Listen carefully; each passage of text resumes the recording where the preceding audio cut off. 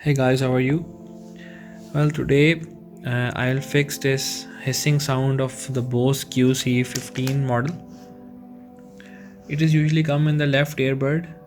So if you see the this is the left side and this is the metal plate. Sometime we can fix it by just pulling out the metal plate, but that is not a fix. So what I have done is that I have this plastic, which is not an ordinary plastic. You can get it from any computer shop.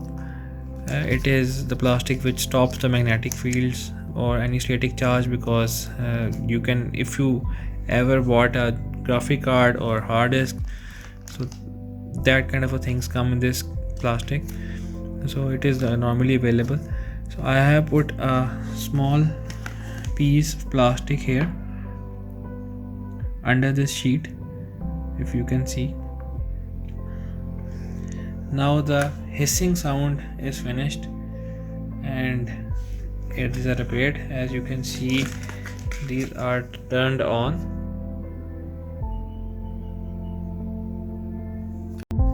So I can't hear any hissing noise, which is quite good. No hissing, so they are fixed. I think this is a solution, final solution. Thank you very much.